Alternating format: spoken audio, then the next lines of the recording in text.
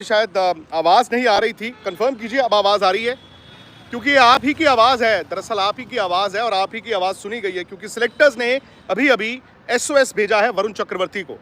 SOS भेजा है वरुण चक्रवर्ती को और उनको कहा कि वो नागपुर में भारत की जो वनडे टीम है उसके साथ जुड़ें। 3 one day matches against England, Varun Chakravarthy को उसमें शामिल किया गया है। और कहीं ना कहीं ये इंडिकेशन है कि चैंपियंस ट्रॉफी में आपको अब वरुण चक्रवर्ती नजर आएंगे। मतलब टीम बदली जाएगी। ये भारत की जो टीम थी चैंपियंस ट्रॉफी के लिए प्रोविजनल थी, उसमें बुमराह को लेकर भी बहुत बड़ा सस्पेंस है। और दूसरा ये था कि 4 स्पिनर्स इंडिया ने रखे थे। एक कुलदीप यादव थे जो कि रिस्ट स्पिनर थे, और बाकी जडेजा, अक्षर और वाशिंगटन सुंदर, ये 3 थे। और शायद ये एक सोच थी भारत की कि 8 नंबर पर यार एक ऐसा स्पिनर रखना है जो बॉल भी डाल ले, जो बैटिंग कर ले। तो 8 नंबर पर बैटिंग चाहिए थी, बट वरुण चक्रवर्ती ने शायद वो दरवाज़ा तोड़ दिया है।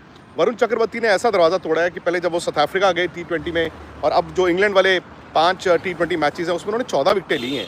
और ये रीइंफोर्स करता है कि यार अगर आप T20 में विकेट टेकिंग स्पिनर को लेकर मैच जीतते हो तो वनडे में क्यों नहीं। क्योंकि वनडे मैचेस में भी क्या होता है, अगर आप बीच के ओवर्स देखें तो वहाँ पर ना थोड़ी गेम मियांडर करती है, इधर उधर जाती है। और अगर आप कुलदीप यादव, वरुण चक्रवर्ती प्लस एक और स्पिनर, ये स्पिनर जो कि ऑलराउंडर हो, भले वो अक्षर हो, जडेजा हो या फिर सुंदर हो, उनमें से एक को आप 11 में खिलाएं तो आप तब भी 3 स्पिनर्स खिला सकते हैं। और 2 ऐसे स्पिनर्स भारत की 11 में चैंपियंस ट्रॉफी में होंगे जो विकेट टेकिंग बॉलर्स हैं। तो ये मुझे लगता है कि स्टेज वन ये है कि 12 तारीख को इंडिया इंग्लैंड सीरीज़ का जो आखिरी वनडे मैच है, उसी दिन भारत के पास वक्त है अपनी चैंपियंस ट्रॉफी की टीम में बदलाव करने का।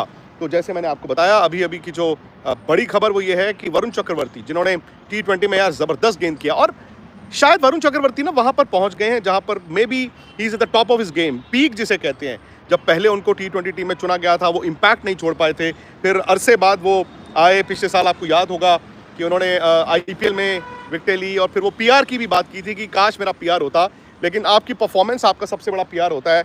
और वरुण चक्रवर्ती आज न सिर्फ T20 में भारत के एक बड़े मैच विनर के तौर पर आए हैं पिछले कुछ महीनों में, उनकी जो विकेट टेकिंग एबिलिटी है वो कहीं ना कहीं उसने फोर्स किया है।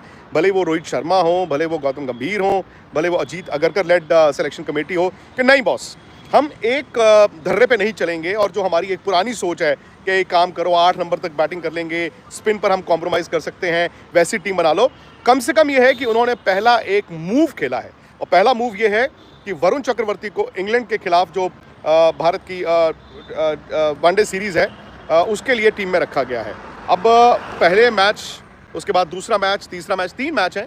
अब सवाल यही आ जाएगा कि क्या भारत 11 में उनको मौका देता है। भाई देखिए, अगर उनको आज भेजा गया है SOS नागपुर वनडे मैच के लिए, तो मुझे तो लगता है कि वरुण चक्रवर्ती आपको खेलते दिखेंगे।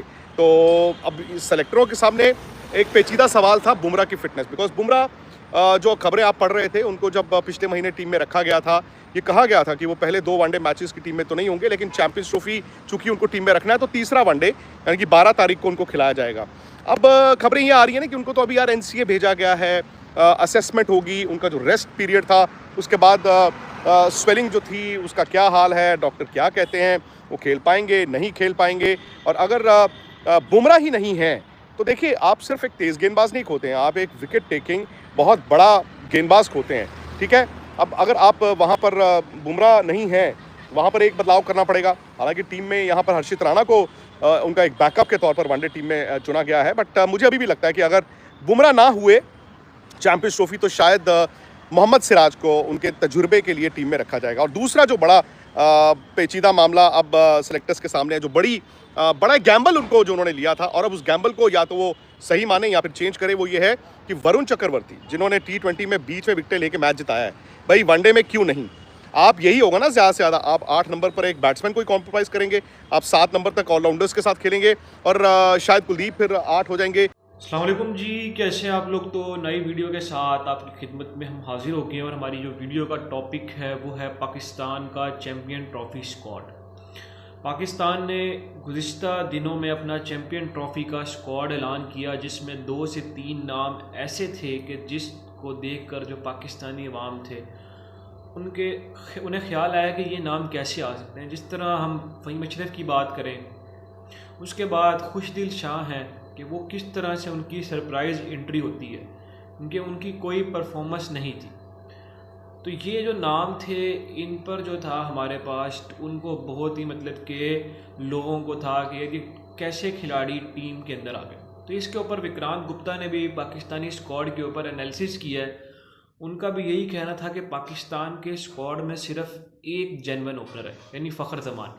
फ़खर ज़मान के अलावा पाकिस्तान के अंदर स्क्वाड के अंदर कोई भी ऐसा जेन्युइन ओपनर नहीं है कि जहां पर अगर कोई फंसी हुई विकेट आ गई या जिसको खेलने का तरीका आता हो तो वो मैच को जितवा सके।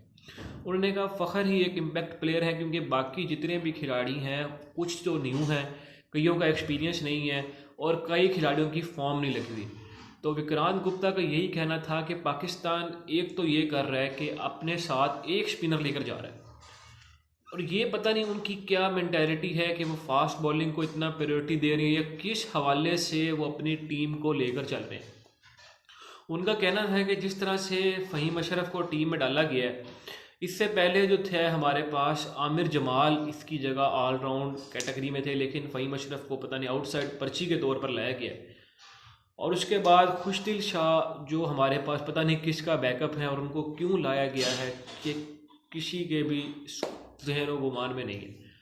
तो अब देखते हैं कि जो विक्रांत गुप्ता हैं उनका एनालिसिस भी आपने सुना होगा, पाकिस्तान का स्क्वाड भी आपने देखा होगा। अगर आपके पास कोई बेहतर स्क्वाड इससे मौजूद था तो आप वो कमेंट में हमें शेयर कर सकते हैं, या अगर आपके पास कोई न्यूज़ है ऐसी जिसमें बताया गया कि फ़हीम अशरफ को भाई इस रिप्लेसमेंट के तौर पर लाया गया है और खुशदिल शाह किसकी रिप्लेसमेंट पे आया, तो आप अपनी राय का इजहार कमेंट में कर सकते हैं। मज़ीद अगर आप हमारी ऐसी वीडियो देखना चाहते हैं तो आप हमारे चैनल को लाइक कर सकते हैं, शेयर कर सकते हैं और सब्सक्राइब भी कर सकते हैं, ताकि हमारी हर आने वाली लेटेस्ट वीडियो आप तक पहुंच सके।